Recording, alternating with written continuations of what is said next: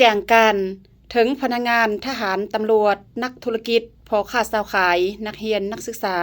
ตลอดฮอดพ่อแม่ประชาชนและผู้ใช้รถใช้ถนนในขอบเขตทั่วแขวงหัวพันเรื่องการป้องกันสกัดกั้นอุบัติเหตุจราจรในช่วงระยะเฉลิมฉลองบุญปีใหม่ลาวพ.ศ. 2568ให้มีความปลอดภัยเพื่อป้องกันและสกัดกั้นอุบัติเหตุบนท้องถนนหลวงในระยะบุญปีใหม่ลาวพ.ศ. 2568ให้มีความเบิกบานม่วนชื่นถูกต้องตามฮีตของประเพณีอันดีงามของชาติมีความสงบและมีความเป็นระเบียบเรียบร้อยถูกต้องตามระเบียบกฎหมายและมีความปลอดภัยในการสัญจรแผนกตำรวจจราจรปกส.แขวงหัวพันจึงออกแจ้งการและข้อห้ามดังนี้ 1. การนำใส่รถใส่ถนนทุกครั้งผู้ขับขี่ต้องปฏิบัติตามกฎระเบียบจราจรอย่างเข้มงวดต้องกวดกาสภาพเทคนิครถและความพร้อมของรถก่อนจะออกเดินทางผู้ขับขี่ต้องเตรียมความพร้อมด้านสุขภาพเอกสารรถของผู้ขับขี่ยานพาหนะให้ครบสุดเป็นต้นใบขับขี่ใบกวดกาเทคนิคใบอย่างยืนการเสียค่าทางทะเบียนรถประกันไฟและใบอนุญาตดำเนินธุรกิจสำหรับรถขนส่งสินค้าและรถขนส่งโดยสาร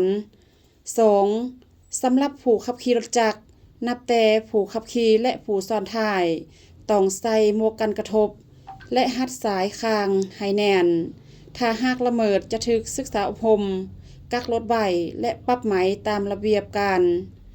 นั่นก็เพื่อความปลอดภัยของผู้ขับขี่ 3. ผู้ขับขี่ต้องปฏิบัติ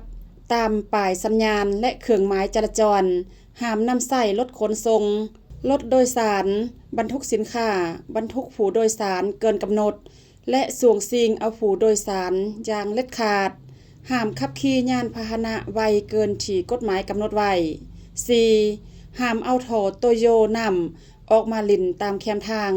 และห้ามลิ่นน้ำเปื้อนหรือเอาถังน้ำแกงใส่กันในเวลาสัญจรห้ามรถกระบะบรรทุกผู้โดยสารหรือขี่ท้ายกระบะนั่งขอบกระบะหรือผาท้ายกระบะในเวลาสัญจรไปมาห้ามบ่ให้เอาถังน้ำใส่ท้ายกระบะอย่างเด็ดขาดถ้าเจ้าหน้าที่กวดพบจะถูกยึดและปรับไหมตามระเบียบหลักการ 5. ห้ามบุคคลหรือการจัดตั้งรัฐอัดตันเส้นทางจราจรโดยบ่ได้รับอนุญาตจากภาคส่วนที่เกี่ยวข้องห้ามบริการขายเครื่องและเฮ็ดกิจกรรมอื่นๆตามแคมทางเพราะจะเป็นการกีดขวางการสัญจร 6. ห้ามผู้ขับขี่รถในเวลามึนเมามอบรถให้ผู้ที่มึนเมาขับขี่อย่างเล็ดขาดถ้ากวดกาพบเห็นเจ้าหน้าที่ตำรวจจราจรจะได้กักผู้ขับขี่ไว้ส่วงเมาแล้วจึงอนุญาตให้ไปหรือให้ญาติพี่น้องหมู่คู่มารับเอาเพื่อรับประกันความปลอดภัย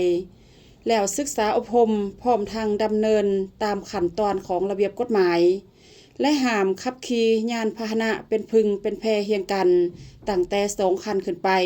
เพราะจะเป็นการกีดขวางการสัญจร 7. ห้ามนำใส่รถจักรรถใหญ่หรือดัดแปลงสภาพเทคนิคใส่เสียงดังเกินขอบเขตและรถบ่มีเอกสารรถบ่ติดป้ายทะเบียนขับขี่อยู่ขอบเขตเทศบาลตัวเมืองสำเหนือในระยะบุญปีใหม่ลาวอย่างเด็ดขาดถ้ากวดพบเห็นเจ้าหน้าที่จะได้กักใบ 8. ห้ามผู้ปกครองป้าปล่อยให้เด็กที่บ่ถึงอายุเกษียณขับขี่รถจักรรถใหญ่อย่างเด็ดขาดถ้าหากเจ้าหน้าที่พบเห็นจะถูกศึกษาอบรมกักรถไว้และปรับไหมตามระเบียบหลักการ 9. ถ้าบุคคลใดหากละเมิดต่อบรรดาข้อห้ามดำรัสว่าด้วยกฎระเบียบการสัญจรทางบกจะถูกศึกษาอบรมปรับไหมตามระเบียบกฎหมายที่ได้กำหนดไว้อย่างเข้มงวด 10. ห้ามผู้ขับขี่ติดตั้งภัยเสริมโดยบ่ได้รับอนุญาตอย่างเด็ดขาดเฮ็ดให้ผู้ใช้รถใช้ถนนร่วมเส้นทางรำคาญและมีความเสี่ยงที่จะเกิดอุบัติเหตุ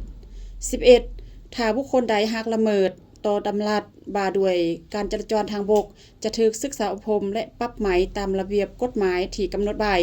และถ้าเฮ็ดให้ผู้อื่นบาดเจ็บหรือเสียชีวิตจะถูกกักคนและรถ ใบเพื่อดำเนินคดีตามกฎหมายอย่างเข้มงวด 12. แต่ละจุดกวดกาและกองจราจรเมืองจะต้องได้เฮ็ดหน้าที่กวดกาติดตามการสัญจรจัดสรรความเป็นระเบียบเรียบร้อยของการสัญจรของผู้ใช้รถใช้ถนนอย่างเข้มงวดในช่วงระยะการเฉลิมฉลองบุญปีใหม่ลาวพศ 2568 ที่จะมาถึงนี้ดังนั้นจึงแจ้งมายังบรรณาธิการเพื่อรับทราบแล้วพร้อมกันจัดตั้งปฏิบัติตามแจ้งการฉบับนี้อย่างเข้มงวด